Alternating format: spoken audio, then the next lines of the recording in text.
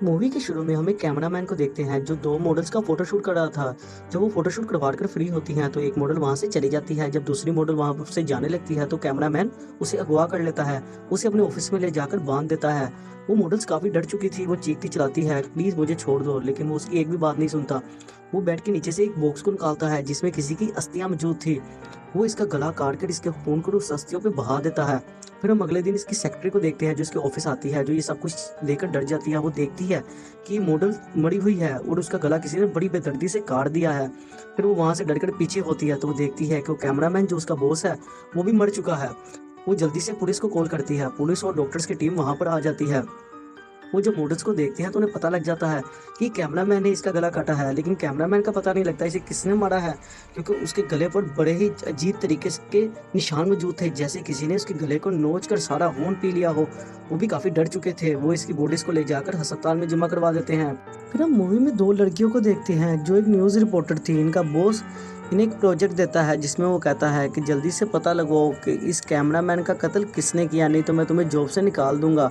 वो इन्हें 2 हफ्ते का टाइम देता है। वो जल्दी से इस प्रोजेक्ट पे काम शुरू कर देती हैं। वो डॉक्टर की सेक्रेटरी से मिलती है जो लेबॉर्ट्री में मौजूद थी। वो उसे खाना खिलाती है और पूछती है कि उस रात वहाँ पर क्या हुआ। वो उसे बताती है कि उस लड़की का कत्ल तो कैमरामैन ने किया था, लेकिन कैमरामैन का कत्ल किसने किया पता नहीं। और हमें वहाँ से काफ़ी अजीब चीज़ें मिली, ऐसी चीज़ें जो काले जादू में यूज़ होती हैं, जैसे किसी को आत्मा बुलाने के लिए इस्तेमाल की जाती हैं। और उसके गले पर ऐसे निशान थे जैसे किसी जानवर ने उसका गला नोच खाया हो। और हमें नहीं अभी तक पता लगा कि ये किस इंसान का काम है। मुझे तो लगता है ये किसी जानवर या किसी क्रिएचर का काम है। इसकी ऐसी बातें सुनकर वो दोनों न्यूज़ रिपोर्टर भी बहुत हैरान होती हैं।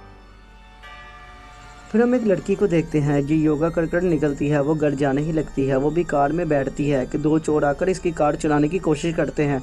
वो इसकी कार में बैठकर भी थोड़ा सा आगे जाते हैं कि कार के अंदर से कोई चीज़ इन्हें उठाकर कार से बाहर फेंकती है और इन दोनों को मार देती है, जिससे वो लड़की काफ़ी डर जाती है। सब लोग उसके पास आ जाते हैं। वो कार के पास खड़े एक आदमी को देखती है जो कुछ टाइम बाद वहाँ से गायब हो जाता है। फिर हम देखते हैं वो दोनों न्यूज़ रिपोर्टर प्रेस कॉन्फ्रेंस में जाती हैं। वो वहाँ पर पुलिस वालों से सवाल करती हैं कि आखिर ये सिटी में 3 कत्ल कैसे हुए, क्या ये एक ही जितने ने किए। जिस पर वो पुलिस वाला उसे जवाब देता है कि जो कार में 2 मर्डर हुए वो तो किसी एक ही शख्स ने किए हैं, लेकिन जो कैमरामैन कत्ल हुआ उसका अभी तक हमें पता नहीं, और जो लड़की कत्ल हुई उसे कैमरामैन ने ही कत्ल किया है। हम बहुत जल्द उसका भी पता लगा लेंगे। जिससे वो न्यूज़ रिपोर्टर कहती है कि कैमरामैन का कत्ल तो ऐसा लगता है जैसे कि किसी इंसान ने किया ही नहीं। उसकी गर्दन पर ऐसे निशान मौजूद थे जैसे किसी जानवर ने उसका गला नोच खाया हो, जिससे वहाँ की मेयर को बहुत गुस्सा आ जाता है क्योंकि उन्होंने सिटी के लोगों को ये बात बताई नहीं थी। और वो इन्हें मना करती है कि नेक्स्ट तुम कभी हमारी प्रेस कॉन्फ्रेंस में नहीं आओगी। वहाँ पर ये बात उसके बॉस को भी पता लग जाती है। वो उन पर काफ़ी गुस्सा करता है कि तुमने प्रेस कॉन्फ्रेंस में ऐसी बात क्यों की। वो कहती है कि आपको हमारी बात का यकीन करना होगा, ये सच है, लेकिन वो उनकी बात का यकीन नहीं करता। टेस्ट करती है। वो इन्हें बताती है कि काम एक ही इंसान ने किए हैं, एक ही जितने ने कत्ल किया है। अब वो मजीद सबूत को ढूंढने के लिए इस कैमरामैन के ऑफिस में चले जाते हैं। वो ऑफिस में जाकर देखती है, वहाँ पर उसे काफ़ी अजीब चीज़ें मिलती हैं। उसे ऐसी चीज़ें मिलती हैं जिससे आत्मा को बुलाया जाता है, कोई जादुई ताकतें बुलाई जाती हैं, जिससे वो देख कर बहुत डर जाती हैं। और वो कहती हैं कि ज़रूर इस कैमरामैन ने कोई ऐसी जादुई ताकत बुलाई होगी जिसने इस कैमरामैन को ही मार दिया। वहाँ पर हम उस बॉक्स को भी देखते हैं जो अपने मूवी के शुरू में देखा था, लेकिन अब उसमें कोई राख मौजूद नहीं थी। यानी सच में उस राख से ही कोई क्रिएचर पैदा हुआ है जिसने अब लोगों को मारना शुरू कर दिया है। फिर हम अस्पताल में उस लड़की को देखते हैं जिसका भाई उससे मिलने आता है। वो लड़की काफ़ी डर चुकी थी। वो कहती है कि वो आदमी बहुत खतरनाक है, वो मुझे भी मार देगा।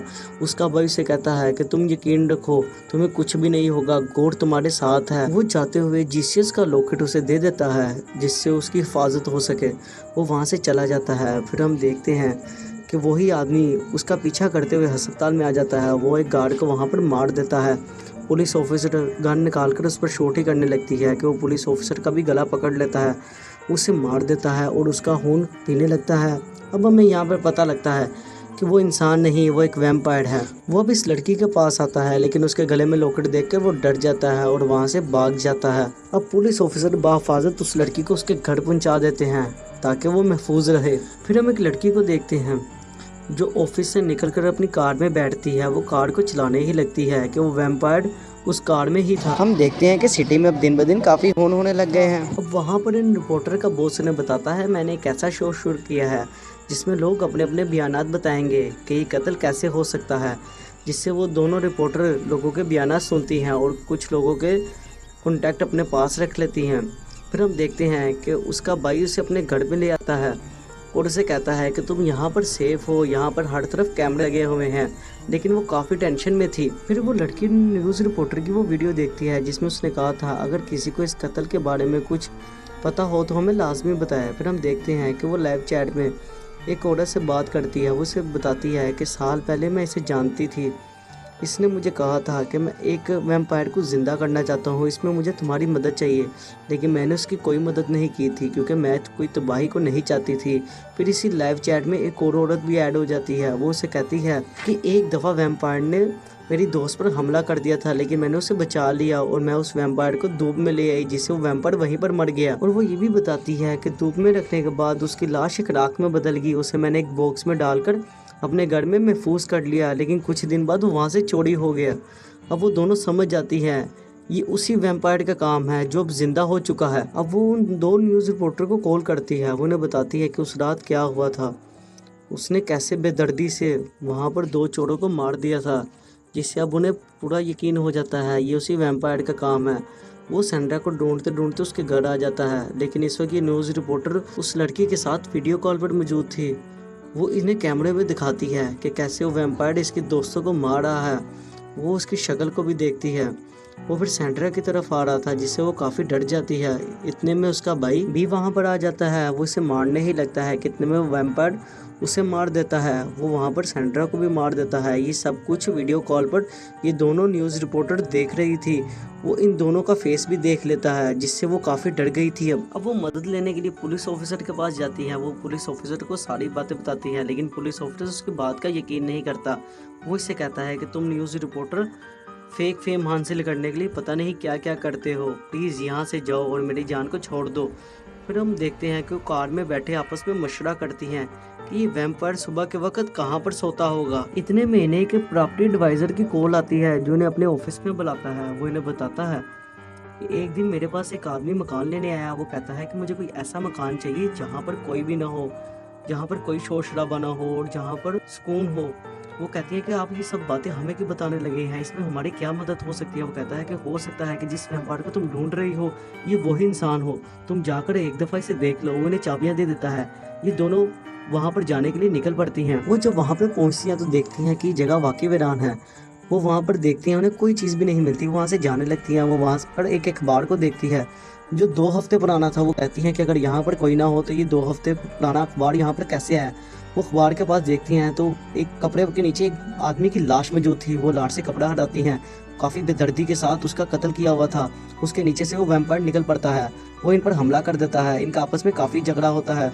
वो इसकी एक दोस्त का खून पीने ही लगता है कि दूसरी दोस्त इस पर हमला करके इसे वहाँ पर ज़ख्मी कर देती है। वो इसे बेहोश कर देती है, जिससे वो इसे घसीट कर धूप में ले आती है और धूप में लाने के बाद वो फिर आँख में बदल जाता है, जहाँ पर वो मर जाता है। फिर हम कुछ दिनों बाद उन दोनों रिपोर्टर को देखते हैं जो काफ़ी ज़ख्मी हालत में थी। वो सबको ये बातें बताती हैं, लेकिन कोई भी उनकी बात का यकीन नहीं करता और वो अपने आप में काफ़ी प्राउड भी फील करती हैं कि उन्होंने एक वैम्पायर को मार दिया है जो काफ़ी लोगों का कत्ल कर रहा था। अब उन्होंने फैसला किया था कि प्रेस को छोड़ देंगी। अब वो दोनों आपस में शादी कर टाउन से दूर कहीं पर शिफ्ट हो जाती हैं। फिर हम कुछ दिनों बाद देखते हैं एक लड़की उसी वैम्पायर की राख को लाकर एक औरत को देती है जिसके काफ़ी बड़े नाखून थे। जब तक उसकी राख इस दुनिया में रहेगी कोई ना कोई उसे अपने फायदे के लिए किसी भी लड़की का खून उसमें डालकर जिंदा करता रहेगा। और यहाँ पर मूवी की एंडिंग हो जाती है। अगर हमारी एक्सप्लेनेशन अच्छी लगी हो तो हमारे चैनल को लाइक एंड एक सब्सक्राइब लाजमी करके जाइएगा। थैंक